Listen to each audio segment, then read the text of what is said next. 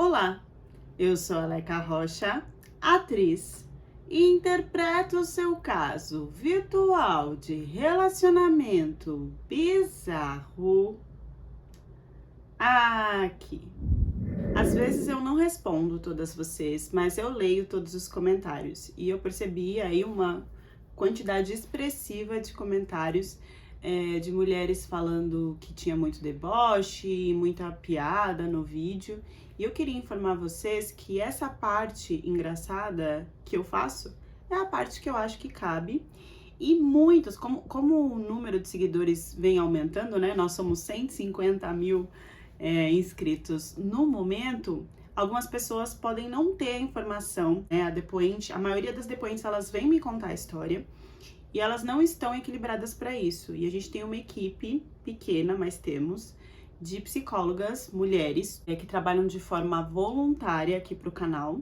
Só depois de passar com essa psicóloga, depois dela se recuperar, é que eu solto a história aqui no canal. E a maioria das vezes, as depoentes estão aqui no ao vivo, assistindo a história e rindo com a gente. Então, como as seguidoras veteranas já sabem, fiquem tranquilas para rir e para entrar na trama da história, tá? Porque o que está sendo colocado aqui só é colocado depois que as depoentes já estão bem com a história e estão aqui rindo com a gente. Fiquei muito feliz de saber que tem mulheres de Cabo Verde me acompanhando por aqui. Nádia, idade, 28 anos, motorista. Eu cansei de ser a mulher parceira, porque eu tentei isso acho que com uns 3 caras ou mais, e eu só me dei mal, né? O primeiro arrumou outra, o segundo eu nem lembro mais o que aconteceu, e o terceiro foi o pior, porque assim, ele só tinha um colchãozinho na casa dele, e eu que comecei a fazer as coisas, mobiliar, eu que trouxe tudo pra casa dele, montei a casa dele de um jeito que eu acho que eu nem montaria a minha, porque eu queria ficar num lugar confortável e como eu gostava dele, a gente começou nessa coisa de parceria e tava funcionando bem. No começo, ele provia as coisas mais pesadas, mas no meio da história, a gente já tava dividindo tudo 50-50. E no fim da história, só eu estava pagando e ele já não estava pagando mais nada. Eu não sabia muito bem como sair dele, mas conversando com amigas, fazendo terapia, eu vi que o melhor era sair dessa situação, porque ele não se mexia para conseguir mais nada. Antes ele ainda tinha uma força de tipo, vou atrás das coisas da minha vida. Depois, quando ele viu que eu fazia tudo para ele, e isso foi culpa minha, ele simplesmente ficava em casa sem fazer nada. Só que eu sou uma pessoa muito assim, sem noção. Eu vivo nos extremos. Então, conforme eu tava ajudando muito ele, eu achei que agora eu deveria, então, não ajudar nada. Eu queria um homem 100% provedor, que fizesse tudo pra mim, de dia, de noite, nessa parte financeira. Se o cara desse uma escapada, assim, de que, sei lá, vou ficar um tempo sem trabalho, vou mudar o que eu quero fazer da minha vida, enfim. Se eu olhasse pra aquele cara e percebesse que ele ia ficar sem dinheiro, eu já saía da situação antes disso acontecer, antes de ver o que ia ser e o que não ia ser. Eu peguei trauma mesmo. Só que assim, eu tava numa vibe classe média baixa. Os restaurantes que eu ia eram assim, os lugares que eu visitava tinha a ver com o quanto de dinheiro eu conseguia ter. E eu queria um cara que tivesse uma condição financeira melhor. E eu não sabia onde procurar. Lá fui eu na internet, nesses coaches aí de relacionamento, né? Que cada um dá uma regra diferente do outro. E vi um post onde falava onde conhecer caras com a estabilidade financeira lá no alto. E aí eu fui atrás de saber mais sobre isso e nesse post estava falando de alguns lugares que eu poderia ir atrás para, sem querer, me conectar com esses caras. Tinha lá clube de golfe, que eu não sabia muito bem como entrar, eu ia ficar lá, tipo, parada fazendo o quê, né? Ia ter que pagar, comprar uma roupa cara, não tinha nenhuma amiga que quisesse ir, sei lá, uma água ia ser quanto nesse lugar? Eu comecei a pensar como que eu faria isso, o que era viável ou não pra mim. E o clube de golfe me soou meio estranho, até porque eu pensei que poderia ter mais caras casados do que caras solteiros. A outra opção que tinha lá eram museus, bibliotecas, né, exposições, essa coisa ligada à arte. E eu fui tentar e não deu certo. Por quê? Eu chegava nesses lugares, primeiro que lá todo mundo quer ficar em silêncio, observando, né? Não tinha uma interação. Quando se tinha alguma interação, era no máximo um olhar, um sorrisinho, não se passava disso. E eu percebi que a maioria dos caras lá cortavam pro mesmo lado que eu, né? Gostava da madeira grande igual eu, então não deu muito certo também. Eu passei acho que uns 3 ou 4 dias visitando esses lugares à procura do par perfeito. Só tinha me restado os aeroportos. E aí é que a coisa foi. Porque era longe da minha casa, mas vamos lá, eu não precisava estar com uma super roupa, eu podia levar uma comidinha, caso eu não quisesse gastar muito com a grana, com a comida de lá dos restaurantes.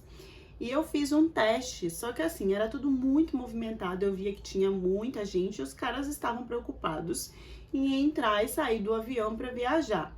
O que eu percebi é que de alguma forma eu poderia tentar uma conexão, mas eu não ia conseguir lá na hora no aeroporto. E foi aí que apareceu a grande ideia de se usar um aplicativo de relacionamento. Daqueles que você encontra a pessoa porque ela tá com a localização perto da sua, porque aí os caras que estavam passando ali à noite, de dia e tal, iam aparecer no meu aplicativo e uma hora o like certo viria. E veio. Logo subiu a notificação. Hi, minha nome is Han, de Líbano. Sim, ele arranhava um pouquinho no português. Han. Idade, 30 anos. Trabalhava no aeroporto, gente, não dá pra falar muito bem que área que era, não. Será que era um príncipe libanês? Porque assim, 3 a 4 dias que eu estava conversando com ele, a localização dele mudava para todos os lugares possíveis do Oriente. Onde que esse cara realmente estava? Será que ele estava usando aquele modo viagem para pesquisar mulheres em tudo quanto era lugar? Ou ele estava pegando avião mesmo para tudo isso? Ele me ligou do nada numa chamada de vídeo. Quando eu olhei para a cara dele, ele estava fazendo assim. E eu... What the hell? O que tá acontecendo? E nessa respiração profunda ele já soltou. Eu sinto o seu perfume daqui. Você é a cara da minha mãe. E tem o cheiro dela também. Aí eu fiquei um pouco feliz, né? Até porque homem, a gente pensa que homem sempre procura alguém parecido com a mãe, né? Uma parceira.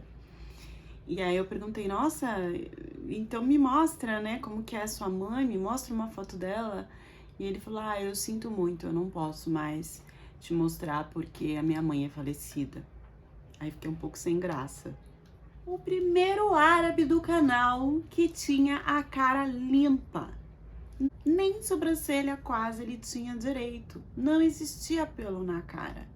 Era uma coisa assim, ele lembrava o Hércules, mas com botox, né? Com botox no queixo e na bochecha. Era uma coisa um pouco meio que avantajada.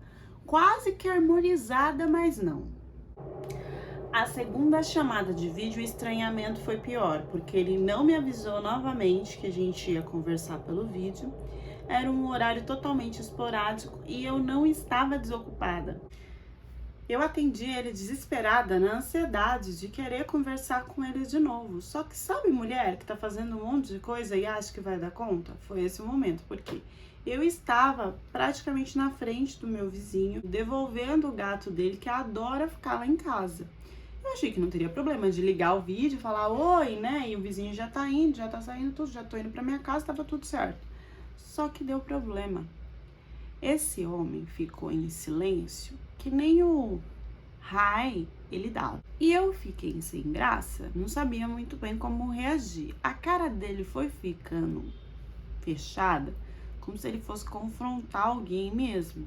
E aí eu respirei fundo e perguntei o que estava acontecendo e ele falou assim, quem é esse homem? Eu falei, é o meu vizinho? Como que eu vou saber que é o seu vizinho e que você não tem nada com ele? E aí peraí, a gente só conversou uma vez pela chamada de vídeo. E ele falou, não interessa, você é minha. E eu falei, querido, eu não sou sua, a gente tá conversando e se conhecendo agora. E aí ele soltou assim, que tipo de mulheres são criadas no Brasil? Porque, pelo que eu entendo, a partir do momento que você tá conversando com um homem, você só dá atenção pra ele e vê até onde isso vai dar.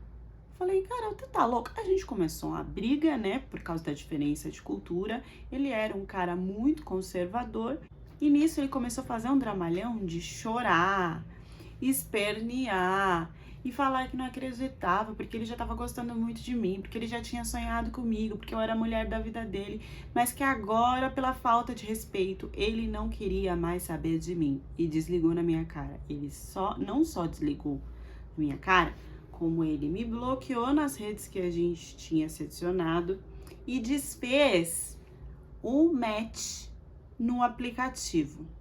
Eu achei o cara bem doido, dei uma respirada porque eu ainda não tinha nenhuma conexão muito forte com ele e continuei a minha vida no app com os outros caras que eu tinha achado no aeroporto.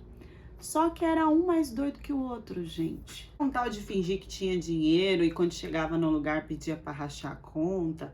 Era o outro que borrava o nariz na foto, quando você viu o nariz batia na minha testa de tão grande. Era só umas coisas absurdas.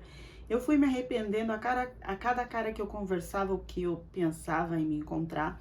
E enquanto acontecia isso, sempre vinha na minha cabeça a parte do drama que o Han tinha feito. Eu sempre me pegava fechando os olhos e pensando, eu não acredito que você fez isso comigo, você é a mulher da minha vida. E ele chorava, mas ele não chorava assim que não saía lágrima, ele chorava, que ele virava assim, ficava, não, você não fez isso comigo. Fazer desse jeito zoado o vídeo. E eu assim, parada, olhando pra cara daquele ser que eu tinha conversado, sei lá, quantos dias, eu acho que nenhuma semana tinha dado. Mas ficou registrado na minha cabeça esse momento dele.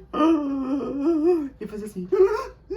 Ele tipo, quase que soluçava sem nenhuma lágrima aparente naquele rosto lotado de botox. Eu resolvi então ir atrás de mais macho lá no aeroporto. E adivinha? Comecei a passar por um lado, passar por um outro. Quem que apareceu de novo? Príncipe Han. Olhei pra foto, olhei pro alto, pensei, ele gosta de mim, ele vai ter dado um outro like, né? Então eu vou tentar. Quando eu arrastei, o like veio na hora automaticamente. E aí já vieram de novo as declarações de Han. A primeira frase dele já foi: nada pode nos separar dos desígnios de Deus. Halala. Tinha alguma coisa que mexia comigo nesse rapaz, mas ao mesmo tempo eu tava bem com o pé atrás e desconfiada. Então eu já fui questionando ele sobre a questão da localização dele mudar a todo momento, porque pra mim ele tava atrás de um monte de mulher em um monte de lugar do mundo. E ele falou que não.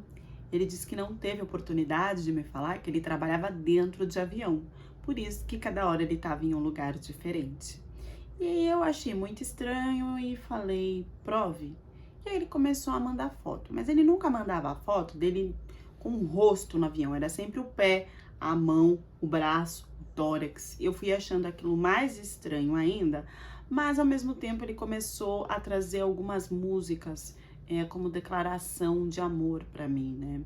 Então, às vezes ele mandava a música e depois ele tentava traduzir mandando em áudio, porque ele tava super querendo aprender português, ele já sabia algumas palavras e disse que faria isso por mim, porque eu jamais precisaria aprender árabe ou qualquer coisa que fosse para ter ele na vida dele, que ele ia correr atrás da mulher dele e fazer tudo aquilo que fosse possível para deixar ela o mais confortável.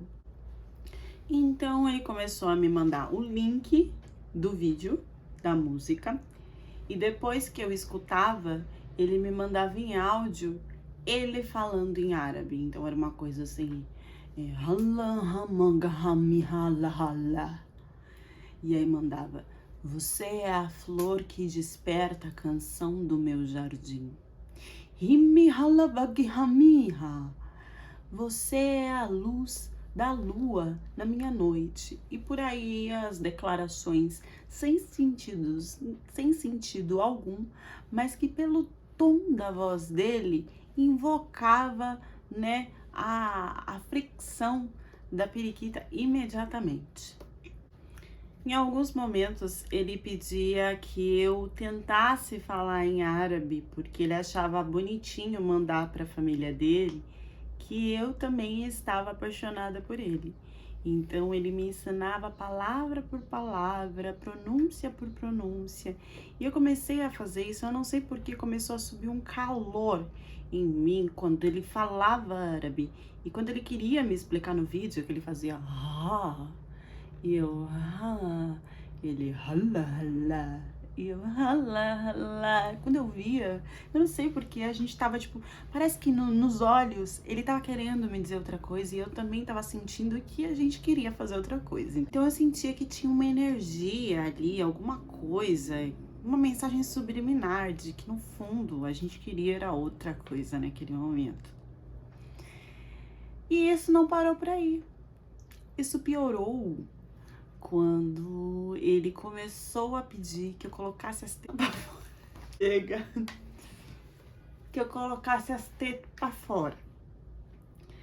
Isso não foi assim do nada, tá, gente? Foram 6 meses conversando pra eu criar confiança pra ele ver as tetas. E eu não sabia que ele teria coragem de fazer chamada de vídeo pra ver os bicos de tudo dentro do avião. Ele estava trabalhando no avião e adivinha aonde que ele ligava o vídeo para que tudo isso acontecesse? No banheiro do avião.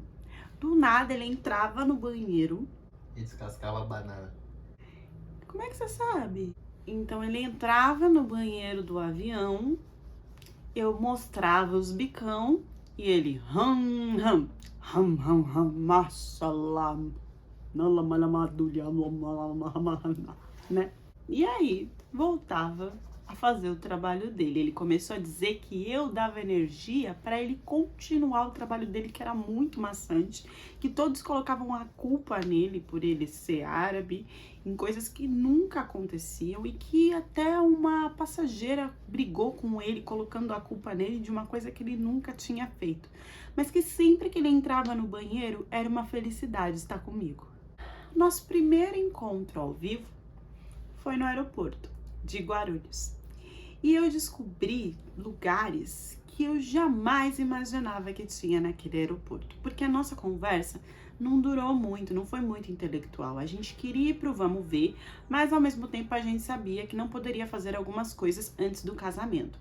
Então virou um roça-roça, um esfrega-esfrega dentro daquele aeroporto, até dele conseguir passar a lâmina, mesmo que por cima da roupa, que nem eu sabia que podia acontecer. Porque dentro do aeroporto tem lugares onde são mais desertos, mais escuros, que são como se fossem labirintos, que muitas pessoas, na verdade nenhuma pessoa passa, nem a galera que trabalha mesmo, é muito difícil de guarda passar, e isso existe dentro e fora do aeroporto.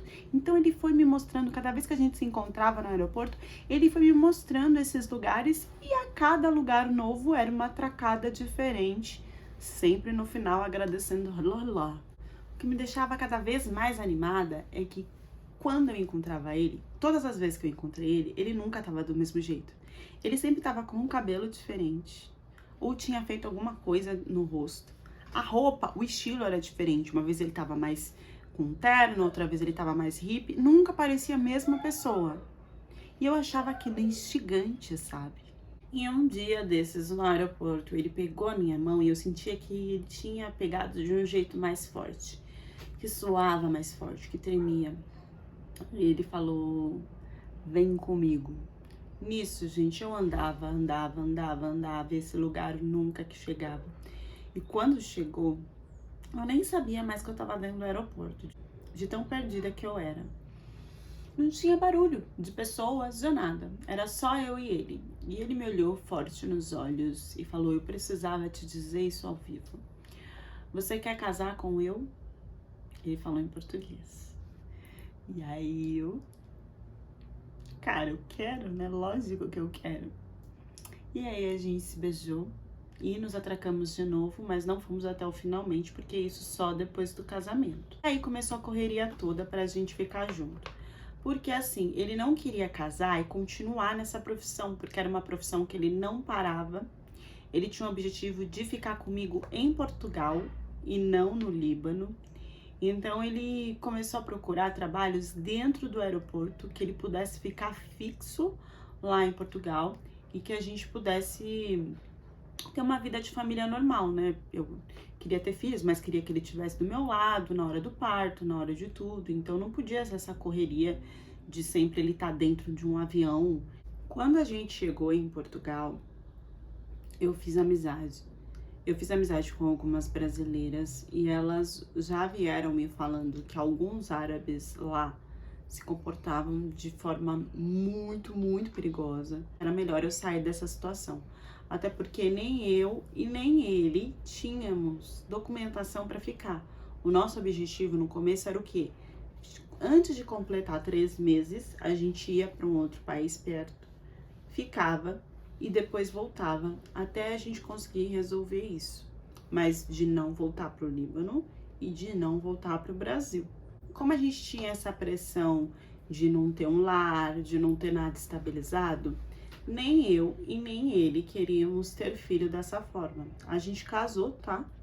Em um outro país, que eu não quero falar aqui o nome, mas a questão é que eu não poderia engravidar. Só que ele também não queria usar camisinha. Porque, primeiro, ele dizia que era pecado. Ele falava que se ele bloqueasse, né, aquilo de sair de uma forma natural, então que Deus castigaria ele, fazendo com que ele não tivesse mais filhos. Depois ele começou com uma ideia de que ele tinha uma alergia muito forte, que não teria como cuidar porque a gente não tinha documentação, e então o médico, tudo ficava sempre mais caro. E depois ele acabou dizendo que aquilo incomodava ele a ponto dele não sentir prazer. Com todas essas desculpas, a gente acabou fazendo várias vezes sem camisinha. E para ele ter a certeza de que eu não teria filhos, ele começou a me enfiar a pílula do dia, que vocês já sabem. Ele comprou a pílula do dia após o outro e sim, um dia após o outro, ele enfiava isso em mim. Vocês vão se questionar, por que então não tomar a pílula que você toma todos os dias e fica protegida? Porque aí ele dizia que eu também estaria bloqueando essa questão minha de ter filhos, diferente dessa, e que quando eu parasse eu não ia conseguir ter filhos, e que ele queria ter muitos filhos. Na cabeça dele, essa pílula do dia após o outro era melhor do que eu tomar todos os dias. Na verdade, o que eu percebi é que ele tinha uma grande quantidade dessas pílulas com ele. Ele não ia na farmácia comprar. Então ele usava aquilo que estava mais barato, que era econômico, porque ele já tinha lá. Eu nunca parei para me perguntar o porquê ele já tinha esses medicamentos com ele. Aí vocês vão me perguntar, era uma coisa natural para você? Não, gente, eu passava mal. Não sei se vocês sabem, mas essa pílula é aconselhável tomar só uma vez no ano e olhe lá. Então, quando eu passava muito mal, eu tinha uma conexão muito forte com a minha família e ele sabia disso. E o que ele fazia? Ele gravava as coisas, ou então quando eu não tava com uma cara muito aprovável, muito aceitável para aparecer, ele escrevia nas minhas redes como se fosse eu, para que a minha família achasse que estava tudo bem. Ele chegava até a responder minha mãe e meu pai pelas redes, como se fosse eu. Aprendeu português do nada? Ele ficou um tempo aprendendo português comigo antes da gente se juntar. Será que não era esse o objetivo? Pode ser. Nós ficamos nessa, né, de meio que nômade, de um lugar para outro, um bom tempo, até que a gente se estabilizou de novo em Portugal. E aí nós decidimos então que eu iria engravidar. Só que eu já estava praticamente queimar por dentro. Eu já tava praticamente seca por dentro. Porque a mulher, ela tem um tempo, né, quando ela tá usando alguma proteção, tem um tempo para ela tirar e voltar o útero ao normal. Agora imagina uma que tá tomando essa pílula, que é praticamente uma bomba, né, dentro da mulher. Então o que aconteceu é que não importava o tempo que passasse, eu não ia engravidar rapidamente, se é que um dia eu poderia engravidar. Eu nunca fui para fazer o exame porque a gente não tinha condição financeira de ver isso. Mas era óbvio que eu não ia ficar grávida tão cedo. E isso começou a enfesar ele, porque ele começou a se sentir culpado, mas aí ao mesmo tempo ele sabia da questão do que ele tinha feito comigo, e então ele julgava a culpa no meu corpo, né, de uma mulher fria e seca. Nisso ele teve uma brilhante ideia. Já que eu não poderia dar filhos para ele e ele não estava com paciência de esperar, então que ele iria atrás de uma segunda esposa. E aí começou o inferno na minha vida, porque ele escolhia essas mulheres, ele queria uma lá do Líbano, tá? Ele escolhia essas mulheres pelo computador. E assim, ele exigia detalhes, ele via fotos, ele via vídeos e tudo na minha frente, não se importando de que eu não tinha aceitado isso, de que eu não ia ficar bem com isso, de que eu não queria. Porque o árabe, ele pode ter uma segunda esposa quando a primeira esposa aceita, e ele tem que dar as mesmas coisas que ele dá para a primeira, para a segunda. Ele não tinha nem condição de dar para mim e estava mesmo assim conseguindo negociar uma menina pura, mais nova, do Líbano, que viria para ele só para ser mãe dos filhos. Eu ainda não conseguia acreditar nessa situação, achava que ele estava fazendo isso como pressão, sabe, para me castigar ou para então eu correr de alguma forma e engravidar, como se eu tivesse esse controle no meu corpo. Eu não acreditava que isso ia acontecer. Só que realmente chegou uma prima dele, que ele foi buscar no aeroporto e que era para ser a segunda esposa dele. Essa menina chegou em casa e ela não falava árabe. Ela falava uma outra língua que eu não tenho noção da onde que era. Não era inglês. Não sei. Era uma língua estranha. E ela não parecia que era uma menina do Líbano. Só ele conseguia conversar com ela. Só aí eu entendi que ele sabia outros idiomas que eu também não tenho certeza da onde que eram. Eu fiquei tão nervosa que eu nem pesquisei sobre. Eu só queria entender o que ia acontecer a partir dali. Eu não existia mais para ele. Eu só existia se fosse para saber da roupa que estava suja ou da comida, como que seria feita e o que seria feito, e para eu cuidar das coisas ainda dessa moça. Ele trocou de quarto, só dormia com essa moça, e a única coisa que eu podia fazer por mim ali era pedir a separação. Quando eu fui conversar com ele sobre se separar, ele ria da minha cara e dizia que isso não ia acontecer porque eu estaria ali para cuidar das crianças que ele iria ter com a segunda esposa. E eu falei que isso não iria acontecer de jeito nenhum. Essa menina começou a me tratar como como doméstica, né? Então, eu não sabia onde enfiar a minha cara e eu fui ficando nervosa, que eu queria ir pra cima da menina, mas eu sabia que o culpado era ele. Então, eu fui pra cima dele. Eu sabia que dentro do casamento do Islã, você pode falar 3 vezes, eu te repudio, eu te repudio, eu te repudio, que você está separada da pessoa. Você não precisa fazer isso nos papéis.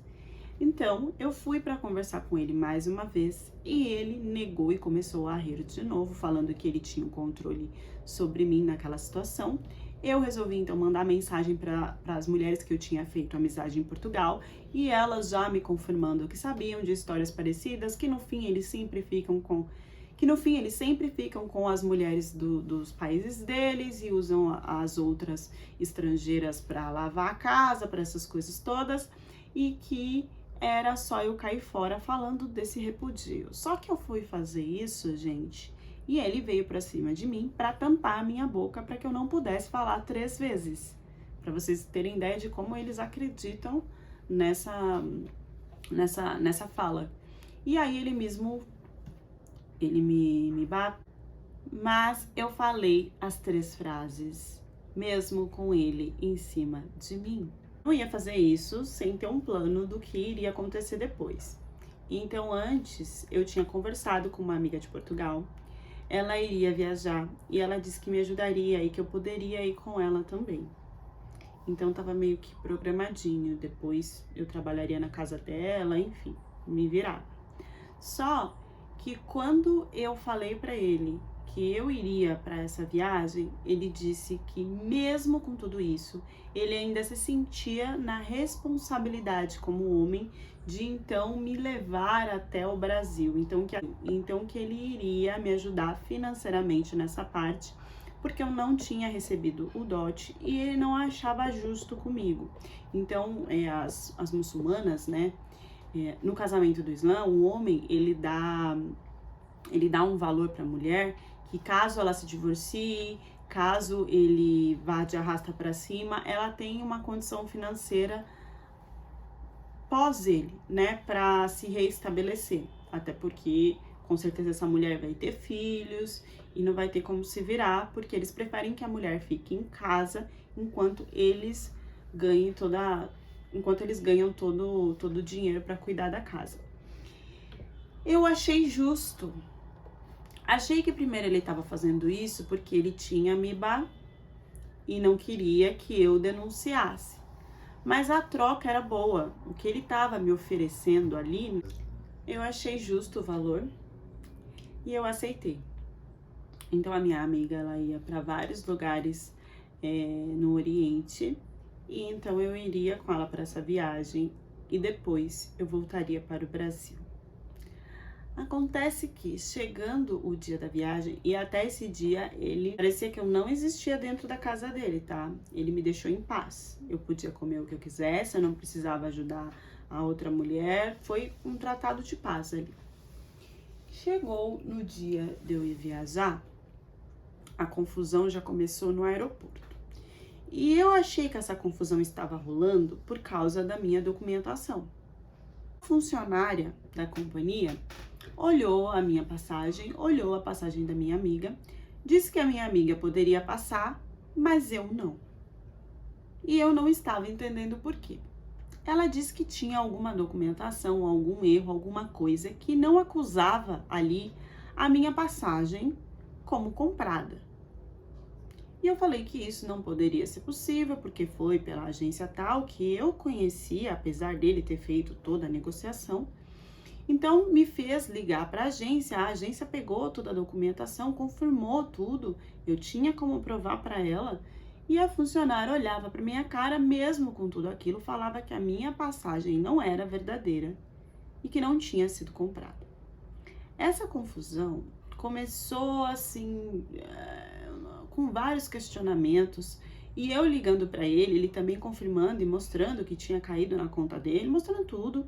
Assim, as provas estavam todas lá, mas a funcionária batia porque batia o pé de que não estava certo. Eu esqueci de falar para vocês, no caminhar da história, que ele deixou de trabalhar dentro do avião e começou a trabalhar nos aeroportos, em uma companhia. Então, ele conseguia comprar a passagem de uma forma mais rápida por essa companhia. Ele falou que então ele iria até lá para resolver a situação. Só que ele nunca chegava. E se ele chegou, ele não me avisou por causa que eu mandava mensagem para ele e só ficava um pauzinho. Não iam os 2 pauzinhos. Então nunca que ele recebia essas mensagens. A última coisa que ele me avisou é que ele estava indo para o aeroporto para eu ficar tranquila, porque eu ia embarcar com a minha amiga, porque ele iria resolver essa situação. Eu sei que foi tanta conversa e tanta coisa que as pessoas que estavam ali, elas foram indo para os seus voos, tal, e foi ficando só eu e a minha amiga.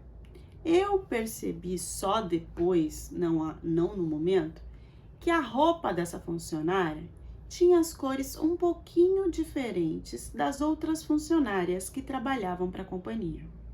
Foi quando essa funcionária disse que ia me levar para uma sala mais reservada da companhia para resolver a situação. E eu paro aqui e deixo um alerta para vocês. Não existe isso. E não aceitem sair da parte onde se tem movimentação, tanto de guardas como de outras pessoas aonde você possa pedir ajuda. A minha amiga começou a achar aquilo tudo muito estranho, porque a todo momento a funcionária falava que ela poderia ir, que ela iria perder o voo, e a gente explicando para ela que ela não iria porque eu queria ir junto com ela, e tava tudo comprado. E a funcionária começou a bater o pé com umas afirmações que não existem em Portugal, do tipo, o seu marido não autorizou a sua viagem. E eu falando que isso não era necessário, porque eu não tinha nenhum filho com ele, então ele não precisava autorizar nada. Isso só seria necessário se eu tivesse um filho com ele. E ela me questionando de quando que a gente tinha casado, se eu não tinha filhos mesmo, as perguntas não tinham sentido nenhum. E eu tava tão nervosa querendo resolver a situação que eu não percebi que ali eu já estava caindo num golpe. Ela estava me enrolando para eu perder o tempo do avião, para minha amiga ir e eu ficar sozinha com ela. E ela conseguiu. Eis que a gente chegou em um momento que ou a minha amiga entrava pro avião, ou então não ia dar tempo dela fazer tudo que tinha que fazer. E a mulher falou então que eu conseguiria, depois de resolver, entrar no próximo voo e encontrar a minha amiga lá. E encontrar a minha amiga para pegar a escala do próximo avião. Eu não estava pensando, eu não conseguia pensar muito. Sabe quando a pessoa começa a pensar por você de tão confusa que ela já te deixou? A minha amiga aceitou ir no voo que já estava certo e falou, eu estou com o celular, eu te mando mensagem, eu te espero. Quando você chega lá, a gente se encontra sem problema nenhum. Isso porque a funcionária tinha certeza de que eu iria conseguir embarcar no próximo voo assim que confirmasse toda a situação. Porque eu falei que o meu marido trabalhava nessa parte também. Quando eu falei o nome dele e falei que ele estava vindo resolver, ela falou, então fica tranquila, que deve ter sido alguma coisa de desconexão na compra da passagem, que deve ter dado errado, mas a gente vai conseguir resolver assim que encontrar ele. Você disse que ele já estava chegando, já passaram 1 hora, de repente a bateria do celular dele deve ter desligado, mas então a gente vai procurar ele aqui no departamento e já resolve a situação para você. A situação foi resolvida a partir do momento que eu aceitei ir em outro voo longe da minha amiga. A partir daí, eu me sentia observada a todo momento. Eu tive uma última mensagem do meu ex-marido falando que tinha resolvido tudo. E aí, já me veio a funcionária falando que estava tudo certo para eu ir no voo tal. Esse voo tinha poucas pessoas e lá dentro eu me sentia muito observada. Um homem pegou na minha mão assim que eu saí do avião. E lembra que eu andava por lugares desertos, onde não tinha guarda, onde não tinha pessoas com meu ex-marido? Foi exatamente os mesmos lugares que ele me puxava, falando que me conhecia, que tinha que resolver uma coisa da passagem que tinha dado errado, que eu tinha que confirmar, que tinha que ver minhas malas. E foi me levando, até me levar para uma outra mulher. Ele simplesmente desapareceu. Eu não vi muitas pessoas à minha volta nessa caminhada toda. E essa mulher, ela disse que iria me levar para um departamento que fica na parte externa do aeroporto para resolver as questões das minhas malas, que talvez teriam sido desviadas, e também para entender mais o erro que tinha dado na minha passagem, para que eu não tivesse problema na volta. Ali eu estava no Egito e entrei num carro que para mim iria andar dentro do aeroporto para levar para uma outra sessão onde isso seria discutido. Só que não. Eu não andei com esse carro. Vocês sabem, aquele como se fosse uma van que fica andando dentro do aeroporto para passar de estação em estação? Não era. Era um carro normal, escuro, que me tirou dali para qualquer lugar do Egito que eu já não sabia mais aonde que era. A partir dali, eu tinha sido tráfico. Eu já estava com mais problemas do que eu imaginava. Por quê? No Egito, mesmo que eu conseguisse fugir, ia ter uma questão muito maior, que é a seguinte: você não consegue pegar nenhum voo se você tiver com alguma documentação errada na Europa. E eu não estava com a minha documentação certa em Portugal. E eu comecei a pensar que então todas essas viagens, essas mudanças que ele fazia para não se firmar em um lugar, já era com esse objetivo, de acabar com o meu passaporte de uma forma que eu não conseguisse fugir, caso eu conseguisse chegar no aeroporto do Egito de novo para me salvar. O lugar que eu fiquei era uma casa que tinha várias divisórias, onde você praticamente não conseguia se mexer, era só para ter um colchão, e ali mesmo que acontecia tudo. Eu acho que essa questão de eu não conseguir engravidar foi um fator que favoreceu para toda essa situação. E talvez essa coisa dele me dar a pílula há vários dias já era um objetivo de eu não conseguir mais ter filhos, porque a partir disso a mulher poderia ser usada de uma forma muito mais fácil. Não teria que se preocupar em prevenir, em proteger de nenhuma forma. Em se prevenir e proteger essa mulher para que ela não tivesse filhos e então paralisasse a questão de sempre estar com vários homens, porque não precisava. Ninguém me explicou nada. Não tinha comida, não tinha água, não tinha higiene. Simplesmente, do nada, aparecia um homem nesse lugar e ele fazia o que ele queria comigo. Isso começou a acontecer de forma espaçada, até um momento que eu já não tinha mais entendimento de quantos homens entravam ali e me invadiam. Se eu pudesse ter noção de um tempo, eu diria que trocava-se de homem a cada 5 minutos, como se tivesse uma fila deles preparados, prontos só para entrar e fazer, sentir sei lá o que, porque não passava de 10 minutos o intervalo entre um homem e outro que entrava naquele lugar quente, escuro, onde eu só sentia as piores coisas. Isso durou, eu não sei contar quanto tempo. Eu comecei a contar nos dedos e eu me perdi. E depois de um tempo, essas mulheres elas foram meio que juntadas. Era como se tivesse outras salas e outros lugares maiores. As mulheres podiam ficar juntas. Com o passar do tempo, parecia que um homem, ele sempre ia me visitar várias vezes. E eu entendia que era ele. E ele começou a deixar papéis para mim. E do outro lado, era como se o quartinho tivesse uns espaços que dava para você passar coisas por baixo. Como se você estivesse no banheiro e quisesse conversar com a pessoa que estivesse do lado. E ali, daqueles papéis que o cara deixava ali, eu via que uma mulher do outro lado me passava a caneta. E eu comecei a conversar com essa mulher dessa forma. A gente começou a trocar desse jeito. E parece que tinha uma forma de fugir dali, que era assim, quando as meninas se juntavam e elas se rebelavam, tipo, todas ao mesmo tempo. Ia pra cima dos caras, batia alguma coisa, mordia o cara, fazia alguma coisa, que aí dava um alerta muito grande, porque todos os homens estavam em uma situação ruim, ou começavam a ir pra cima dessas mulheres. E aí sim chegavam outras pessoas para resolver a situação, e nisso algumas conseguiam correr e fugir. Eu lembro, a única coisa que eu lembro foi de eu morder o braço de um cara e tentar empurrar ele. E ao mesmo tempo eu ouvia que estava tendo confusão com outras mulheres do lado. E eu consegui fugir dessa forma. Eu fugi com um pijama curtinho e de chinelo. Eu corria desse jeito que eu não sabia para onde que eu estava indo ou deixando de ir. Até que em um momento me veio na cabeça o número da minha amiga portuguesa que eu tinha que encontrar nessa viagem. E aí a única coisa que eu fiz foi tentar achar alguém. E sério, eu andava, as pessoas me olhavam, eu tava de pijama na rua e no Egito. Era um lugar mais afastado, não era um lugar da cidade onde tinha muita gente, porque eu acho que também eu ia ser super julgada. Mas eu consegui chegar perto de um cara e pedir ajuda de mandar mensagem para essa minha amiga. E aí que começou o modo que eu achei de tentar voltar pro meu país. Por quê?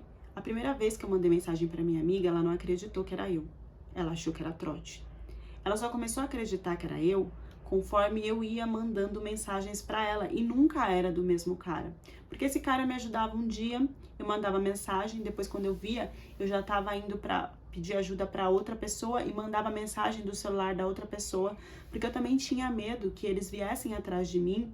Eu não sei se eles sabiam, se eles tinham controle de saber por mensagens aonde que eu estava. Eu estava apavorada, eu não sabia se eu estava sendo perseguida ou não. Então, de pessoa em pessoa que eu conhecia e ficava um tempo na casa e mandava mensagem e pedia ajuda, é que a minha amiga foi entrando em contato e foi entendendo que era eu. Eu mandei uma foto para ela, eu mandei um vídeo e eu precisava de ajuda, de ter dinheiro de alguma forma para sair dali. A minha amiga disse que não poderia me ajudar porque ela tinha medo de que esses caras estivessem atrás de mim. Ela não acreditava que eu consegui fugir, que ninguém tinha visto, que ninguém tinha vindo atrás de mim. E ela estava certa, eu também tinha muito medo disso. Por isso que eu precisava resolver isso logo. Então a minha amiga me passou para um grupo de mulheres, de ativistas que tem em Portugal, que ajudam esse tipo de mulher. Muitas mulheres chegam dessa forma de volta a Portugal por causa do grupo dessas mulheres. Então eu entrei em contato com essas mulheres e uma mulher chamada Aline, que começou a me direcionar sobre o que eu tinha que fazer. Eu tinha que parar em uma dessas casas. Eu fiquei na casa de uma senhorinha que tinha 2 filhas. Eu não podia ficar me movimentando porque ela não ia conseguir me mandar dinheiro dessa forma. Ela tinha que ter uma conta segura para transferir, para conseguir, ou então de lá comprar a passagem para eu voltar. Só que eu ainda estava com a questão da minha documentação, que tinha que ser resolvida para eu voltar para o Egito. Então, através dessa Aline, é que eu consegui que ela resolvesse essa parte da documentação, depois mandasse passagem, depois mandasse o dinheiro para eu comprar pelo menos uma roupa, porque eu estava praticamente sem roupa no Egito. Então, eu acho que todo esse trâmite durou mais ou menos um mês, até que eu conseguisse voltar para Portugal, sã e salva. Eu fiz isso totalmente inconsciente, tá? Mas essa movimentação de eu encontrar um cara aqui, conversar com ele, mandar uma mensagem, encontrar outra pessoa mais pra frente, mandar uma mensagem, eu era andarilha mesmo.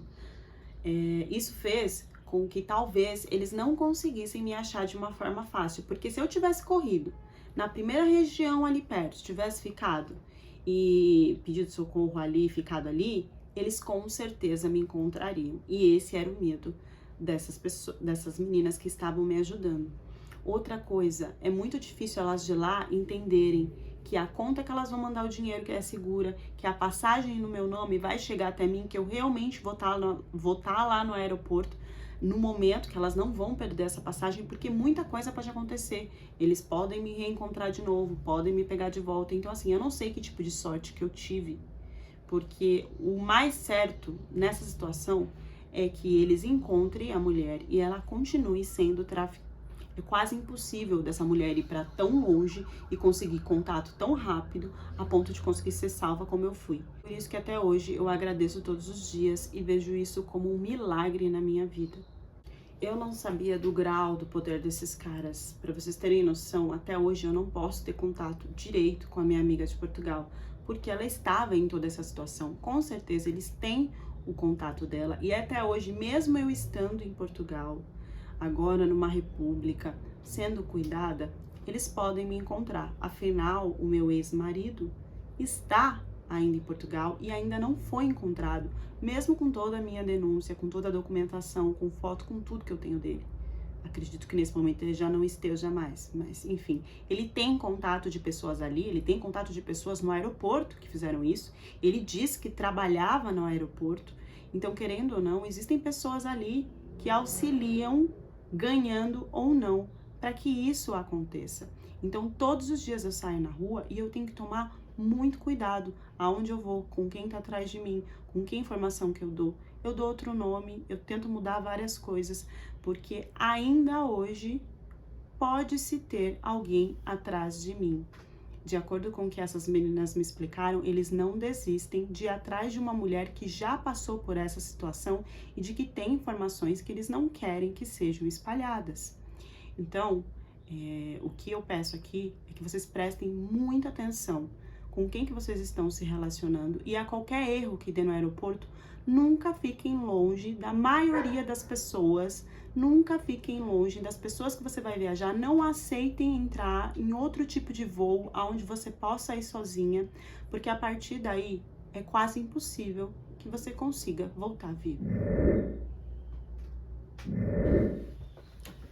Escutem essa história, todos os detalhes, e deixem nos comentários até onde vocês acham que esse ex-marido estava envolvido nessa situação ou não. Quais são os pontos de sinais que ela poderia ter percebido até mesmo antes de entrar no avião? O ex-marido trabalhava mesmo dentro do aeroporto? Essa funcionária era mesmo dessa companhia de avião que ela estava indo? Eu pergunto isso, gente, porque lá é tudo tão corrido, é tanta gente, que até mesmo os funcionários reais às vezes não percebem que tem outra pessoa do lado, fake, tentando alguma coisa ou não.